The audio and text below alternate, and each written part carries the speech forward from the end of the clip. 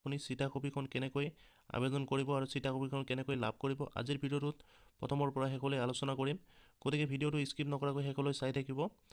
আপুনি যদি মোৰ চেনেলটোত প্ৰথমবাৰৰ বাবে ভিজিট কৰিছে তেনে ক্ষেত্ৰত মোৰ চেনেলটো সাবস্ক্ৰাইব কৰি ৰাখিব লগতে কাষত থকা বেল আইকনটো অল কৰি ৰাখিব পৰৱৰ্তী সময়ত এনে ধৰণৰ ইনফৰমেটিভ তথা হেল্পফুল ভিডিঅ'ৰ নটিফিকেশ্যন পাই থাকিবলৈ চিটা কপি আৰু জমাবন্দী যদিও একেই কিন্তু চিটা কপিখন আপুনি সাৰ্কেল অফিচৰ পৰা উলাই ল'ব লাগিব যিখন মণ্ডল আৰু সাৰ্কেল অফিচাৰৰ সিগনেচাৰ থাকিব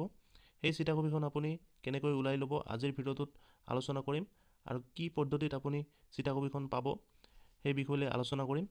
গতিকে ভিডিঅ'টো স্কিপ নকৰাকৈ শেষলৈ চাই থাকিব চিটা কপিৰ বাবে আবেদন কৰিবলৈ বা চিটা কপিখন পাবলৈ হ'লে আপুনি এখন এপ্লিকেশ্যন কৰিব লাগিব সেই এপ্লিকেশ্যনখন আপুনি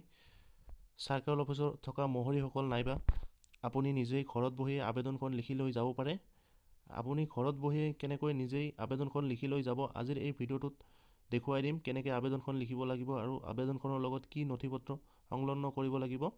তেন্তে দেৰি নকৰি মূল ভিডিঅ'টোলৈ আগবাঢ়িছো আপুনি চিটা কপিৰ বাবে আবেদনখন কেনেকৈ লিখিব চাও আহক চিটা কপিখন উলাই ল'বৰ কাৰণে আপুনি এখন এপ্লিকেশ্যন লিখিব লাগিব এপ্লিকেশ্যনখন আপুনি কেনেকৈ লিখিব আজিৰ এই ভিডিঅ'টোত আলোচনা কৰিম প্ৰথমতে আপুনি চক্ৰ বিষয়া সহকাৰী বন্দবস্তিকাৰী প্ৰাধিকৰণ এখিনি লিখি ল'ব তাৰ পিছতে আপুনি ৰাজহ চক্ৰ যিখন হয় এইখন নাম লিখি ল'ব তাৰিখটো লিখি ল'ব তাৰিখটো লিখি লোৱাৰ পিছত আপুনি জিলা যিখন হয় সেইখন আপুনি লিখি ল'ব আপোনাৰ যিখন জিলা হয় সেইখন লিখি ল'ব বিষয়ত লিখিব চিটা কপি পোৱাৰ বাবে আবেদন তাৰ পিছতে আপুনি ইয়াত দেখা পাইছে আবেদনকাৰী প্ৰথমতে আবেদনকাৰীৰ নামটো লিখি ল'ব তাৰ পিছত পিতা স্বামীৰ নাম লিখি ল'ব গাঁওখনৰ নাম লিখি ল'ব পোষ্ট অফিচ লিখি ল'ব পিন কোডটো লিখি ল'ব থানা যিখন হয় সেইখন লিখি ল'ব তাৰ পিছত জিলা লিখি ল'ব আবেদনকাৰীৰ পাট্টাদাৰৰ লগত সম্পৰ্ক যিজন ব্যক্তি আবেদন কৰি আছে সেইজন ব্যক্তি পাট্টাদাৰৰ লগত কি সম্পৰ্ক হেতু আপুনি লিখি ল'ব তাৰ পিছতে আপুনি লিখিব যদি আবেদনকাৰী পাট্টাদাৰৰ লগত কোনো সম্পৰ্ক নাই তেনে হলে আবেদনকাৰী ৰুচি কি ধৰণে জমিৰ লগত জড়িত এটো আপুনি লিখি ল'ব তাৰ পিছত আপুনি লিখিব মহাশয় সন্মানপূৰ্বক বিনীত নিবেদন এই যে দৰখাস্তকাৰীৰ তলত উল্লেখিত বিৱৰণীৰ জমিৰ চিঠা কপিৰ প্ৰতিলিপি মাটি থকাৰ প্ৰমাণপত্ৰ পোৱাৰ বাবে আৱশ্যক হৈছে গতিকে দয়ালু মহোদয়ে দয়া কৰি চিঠা কপিৰ প্ৰতিলিপিখন দিয়ে যেন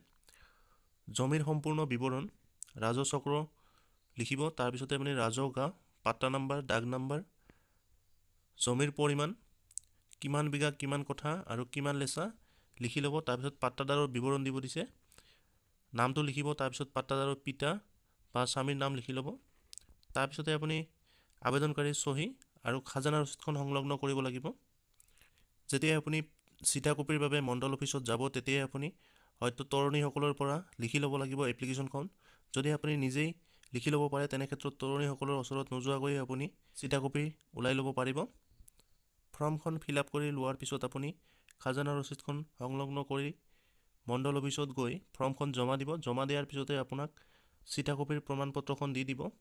আজিৰ ভিডিঅ'টোত এইখিনিয়ে দিবলগীয়া ইনফৰমেশ্যন আছিল আপুনি যদি ভিডিঅ'টো অকনো হেল্পফুল বুলি ভাবে তেনে ক্ষেত্ৰত ভিডিঅ'টো লাইক কমেন্ট আৰু শ্বেয়াৰ কৰিবলৈ নাপাহৰিব পৰৱৰ্তী সময়ত এটা নতুন ভিডিঅ'ৰ সৈতে লগ পাম ধন্যবাদ